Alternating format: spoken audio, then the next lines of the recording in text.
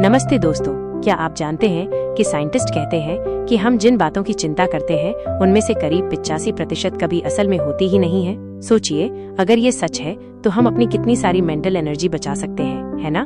आज हम एक ऐसी ही सोच को एक्सप्लोर करने वाले हैं एक बहुत ही दिलचस्प किताब के जरिए। किताब का नाम है एवरीथिंग इज ट्यूबरक्लोसिस और इसके लेखक हैं जाने माने जॉन ग्रीन। अब आप सोच रहे होंगे ये कैसा नाम है। असल में ये टाइटल एक बहुत गहरी बात कहता है। कभी कभी हमारी जिंदगी में कोई एक प्रॉब्लम इतनी बड़ी हो जाती है कि लगता है जैसे पूरी दुनिया ही उसी प्रॉब्लम की चपेट में आ गई है, जैसे कोई बीमारी फैल गई हो। ये किताब इसी एहसास के बारे में है। जॉन ग्रीन ने ये किताब शायद इसलिए लिखी क्योंकि हम सब कभी न कभी ऐसा महसूस करते हैं। याद है स्कूल का वो टाइम जब एक छोटा सा टेस्ट खराब होने पर लगता था जैसे पूरी जिंदगी ही बर्बाद हो गई, या ऑफिस में एक गलती होने पर लगता था कि अब करियर खत्म। ये किताब उसी फीलिंग को, उसी जज्बात को पकड़ती है और हमें सिखाती है कि इससे कैसे निपटा जाए। तो पुस्तक रीडर्स चैनल पर आपका बहुत बहुत स्वागत है। मैं हूं आपका दोस्त और आज हम मिलकर जॉन ग्रीन की इस अनोखी सोच वाली दुनिया में गोता लगाएंगे। तैयार हैं एक इमोशनल और सोचने पर मजबूर कर देने वाले सफर के लिए? चलिए शुरू करते हैं। तो किताब का सबसे पहला और बड़ा आइडिया यही है कि जब एक मुश्किल पूरी जिंदगी पर हावी हो जाती है, जॉन ग्रीन इसे ट्यूबरक्लोसिस की तरह कहते हैं। मतलब एक ऐसी चीज जो धीरे धीरे आपकी हर सोच, हर खुशी पर कब्जा कर लेती है। जैसे मान लीजिए किसी की जॉब चली गई। अब ये सिर्फ एक जॉब जाने की बात नहीं रहती।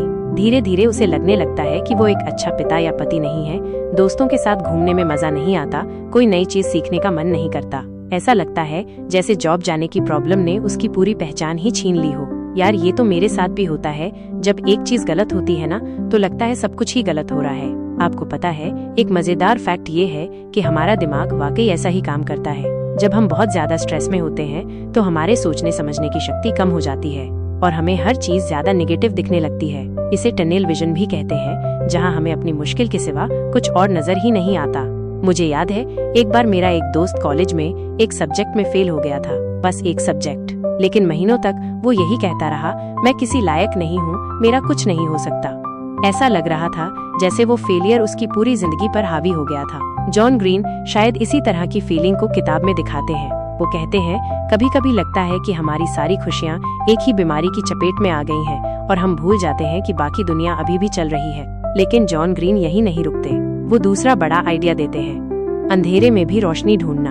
हाँ, माना कि प्रॉब्लम बहुत बड़ी है, ऐसा लग रहा है कि सब कुछ खत्म हो गया, पर क्या वाकई सब कुछ खत्म हो गया है?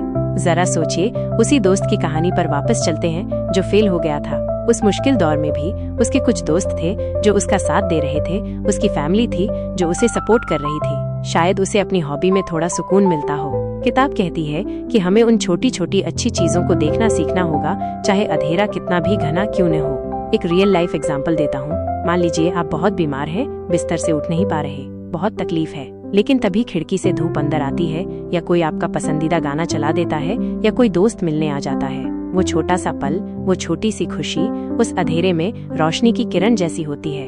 जॉन ग्रीन हमें इन्हीं किरणों को पकड़ने के लिए कहते हैं। और ये सिर्फ कहने की बात नहीं है। एक स्टडी में पता चला कि जो लोग रोज सिर्फ 5 मिनट निकालकर उन चीजों के बारे में लिखते हैं जिनके लिए वो शुक्रगुजार हैं, उनकी ओवरऑल खुशी और सेहत में कमाल का सुधार होता है। इसे ग्रेटिट्यूड जर्नलिंग कहते हैं। सोचिए कितना सिंपल है। जॉन ग्रीन का एक पावरफुल कोट है, जिंदगी पूरी तरह काली या सफेद नहीं होती, इसमें हमेशा ग्रे शेड्स होते हैं जहां उम्मीद छुपी होती है।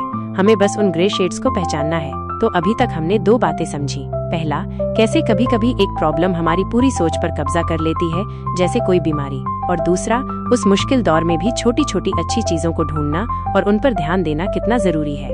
अब आते हैं तीसरे कमाल के आइडिया पर, अपनी कहानी खुद लिखना। इसका मतलब क्या है? इसका मतलब है कि हमारे साथ जो होता है उस पर हमारा कंट्रोल शायद ना हो, लेकिन हम उस सिचुएशन को देखते कैसे हैं, उसके बारे में सोचते कैसे हैं, ये हमारे हाथ में है। जैसे कोई इंटरव्यू में रिजेक्ट हो गया, एक तरीका है सोचने का, मैं बेकार हूँ, मुझसे नहीं होगा। दूसरा तरीका है, ओके ये काम नहीं बना, शायद ये मेरे लिए सही नहीं था, मैंने इस इंटरव्यू से क्या सीखा, अगली बार क्या बेहतर कर सकता हूँ। देखा आपने, सिचुएशन वही है लेकिन कहानी बदल गई। पहली कहानी आपको दुखी और हारा हुआ महसूस कराएगी, दूसरी कहानी आपको सीखने और आगे बढ़ने की हिम्मत देगी। यहाँ एक फन फैक्ट बताता हूँ। न्यूरोसाइंस कहता है कि हमारा दिमाग प्लास्टिक की तरह है, मतलब हम अपनी सोच के पैटर्न बदल सकते हैं। जब हम बार बार एक पॉजिटिव तरीके से सोचना चुनते हैं तो हमारे दिमाग में नए रास्ते बन जाते हैं और धीरे धीरे वो हमारी आदत बन जाती है। कमाल है ना? एक छोटी सी कहानी सुनाता हूँ। एक लड़की थी जिसे स्टेज पर बोलने से बहुत डर लगता था। हर बार उसका दिल जोरों से धड़कता, हाथ कांपते। उसने अपनी कहानी बदली।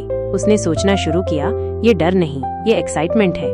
मेरा शरीर मुझे बता रहा है कि मैं कुछ इम्पोर्टेंट करने वाली हूँ। धीरे धीरे उसका डर कम होता गया और वो एक अच्छी स्पीकर बन गई। उसने सिचुएशन नहीं बदली, सिर्फ अपनी कहानी बदल दी।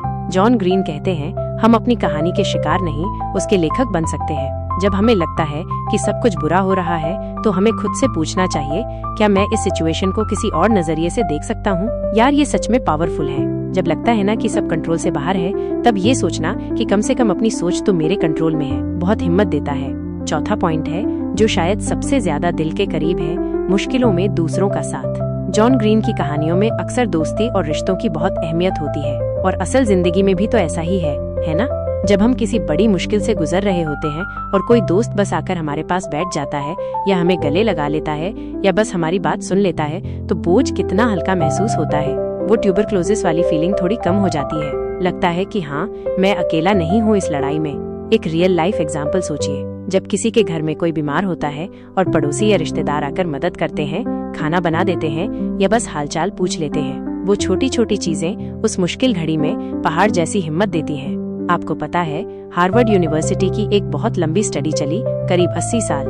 उसमें पता चला कि अच्छी जिंदगी और लंबी उम्र का सबसे बड़ा सीक्रेट पैसा या शोहरत नहीं, बल्कि अच्छे और गहरे रिश्ते हैं। जिन लोगों के पास मुश्किल में बात करने और भरोसा करने वाले लोग थे, वो ज्यादा खुश और सेहतमंद रहे। जॉन ग्रीन शायद यही कहना चाहते हैं, जब लगे कि सब तरफ से घिर गए हो, तो मदद मांगने में हिचकिचाओ मत। अपने दोस्तों से, परिवार से बात करो। कभी कभी बस अपनी फीलिंग्स किसी के साथ शेयर कर लेना ही बहुत बड़ा हीलिंग प्रोसेस होता है। जैसा कि एक कहावत है, जॉन ग्रीन के स्टाइल में, दर्द तब आधा हो जाता है जब कोई उसे बांटने वाला मिल जाए। और ये बिल्कुल सच है, हम सबने ये महसूस किया है ना? वो अकेलापन कितना डरावना होता है और किसी का साथ कितना सुकून देता है। तो चलिए जल्दी से दोहराते हैं। तीसरा पॉइंट था कि हम अपनी सोच बदलकर, अपनी कहानी बदलकर मुश्किलों का सामना बेहतर तरीके से कर सकते हैं। और चौथा पॉइंट था कि मुश्किल समय में दूसरों का साथ, हमारे रिश्तों की ताकत हमें बहुत हिम्मत देती है और अकेला महसूस नहीं होने देती। और पांचवा, आखिरी लेकिन बहुत जरूरी आइडिया है, उम्मीद सिर्फ एक एहसास नहीं, एक एक्शन है। अक्सर हम सोचते हैं कि उम्मीद बस एक फीलिंग है जो या तो होती है या नहीं होती, लेकिन जॉन ग्रीन शायद हमें ये सिखाना चाहते हैं कि उम्मीद एक चॉइस है, एक काम है जो हमें करना पड़ता है। जब सब कुछ बुरा लग रहा हो, जब लगे कि कुछ भी ठीक नहीं होगा, तब भी सुबह बिस्तर से उठना, नहाना या बस एक गिलास पानी पी लेना भी उम्मीद का एक एक्शन है। ये छोटे छोटे कदम हमें बताते हैं कि हमने हार नहीं मानी है। एक उदाहरण देता हूँ। मान लीजिए कोई डिप्रेशन से गुजर रहा है, उसे कुछ भी करने का मन नहीं करता, लेकिन वो रोज तय करता है कि वो बस 5 मिनट के लिए वॉक पर जाएगा, सिर्फ 5 मिनट। ये छोटा सा एक्शन, ये छोटा सा चुनाव उम्मीद का एक बीज बोने जैसा है। धीरे धीरे ये 5 मिनट 10 मिनट बन सकते हैं और फिर शायद कुछ और। एक दिलचस्प फैक्ट ये है कि जब हम कोई एक्शन लेते हैं, चाहे वो कितना भी छोटा क्यों ना हो, हमारे दिमाग में डोपामाइन रिलीज होता है, जो हमें अच्छा महसूस कराता है और हमें आगे और एक्शन लेने के लिए मोटिवेट करता है। मतलब एक्शन लेने से ही और एक्शन लेने की हिम्मत मिलती है। एक कहानी है विक्टर फ्रैंकल की, जो एक मनोचिकित्सक थे और नाजी कंसंट्रेशन कैंप में कैद थे। उन्होंने वहाँ भयानक चीजें देखी, लेकिन उन्होंने पाया कि जिन लोगों ने जीने का कोई मकसद ढूंढ लिया था, कोई छोटी सी चीज जिसका वो इंतजार कर सके, उनके बचने के चांस ज्यादा थे। उन्होंने उम्मीद को चुना, उन्होंने एक्शन को चुना। जॉन ग्रीन का एक कोट हो सकता है, उम्मीद वो चिंगारी है जिसे हमें खुद जलाए रखना होता है, हवा के झोंकों के बावजूद। ये अपने आप नहीं जलती रहती, हमें इसे बचाए रखना पड़ता है छोटे छोटे एक्शन से, रोजमर्रा के चुनावों से। और ये बात सच में अंदर तक छू जाती है। जब लगता है कि अब कोई उम्मीद नहीं बची, तब याद आता है कि उम्मीद करना भी तो एक काम है जो मुझे करना है। तो दोस्तों, ये थी जॉन ग्रीन की किताब एवरीथिंग इज ट्यूबरक्लोसिस की कुछ गहरी बातें। ये हमें सिखाती है कि कैसे जिंदगी की मुश्किलें हमें पूरी तरह घेर सकती हैं, लेकिन फिर भी हमारे पास रास्ते होते हैं। चलिए इस पूरी चर्चा से निकले 5 सबसे जरूरी सबक को एक बार फिर याद कर लेते हैं। 1. पहचानो कि कब एक प्रॉब्लम तुम्हारी पूरी सोच पर हावी हो रही है। 2. अंधेरे में भी छोटी छोटी खुशियों और अच्छी चीजों को ढूंढो और सराहो। 3. अपनी कहानी के लेखक बनो, अपनी सोच और नजरिए को बदलो। 4. कनेक्शन बनाओ, मुश्किलों में दूसरों का साथ लो और दो। 5. उम्मीद को एक एक्शन की तरह देखो, छोटे छोटे कदम उठाते रहो। अगर आप इन आसान से लगने वाले लेकिन बहुत गहरे प्रिंसिपल्स को अपनी जिंदगी में अपनाते हैं तो यकीन मानिए आपकी जिंदगी में चमत्कारी बदलाव आ सकते हैं। आप मुश्किलों को देखने का अपना नजरिया बदल सकते हैं और ज्यादा शांत, ज्यादा मजबूत महसूस कर सकते हैं। मुझे उम्मीद है कि आज की ये बातें आपके दिल तक पहुंची होंगी और आपको कुछ नया सोचने पर मजबूर किया होगा। अगर आपको ये वीडियो पसंद आया तो प्लीज पुस्तक रीडर्स चैनल को सब्सक्राइब जरूर कीजिएगा। आपका एक सब्सक्राइब हमें बहुत हिम्मत देता है ऐसी ही और किताबें आपके लिए लाने के लिए। और हाँ, कमेंट्स में जरूर बताइए कि आप अगली बार कौन सी किताब के बारे में सुनना चाहेंगे। हमें आपके सुझावों का इंतजार रहेगा।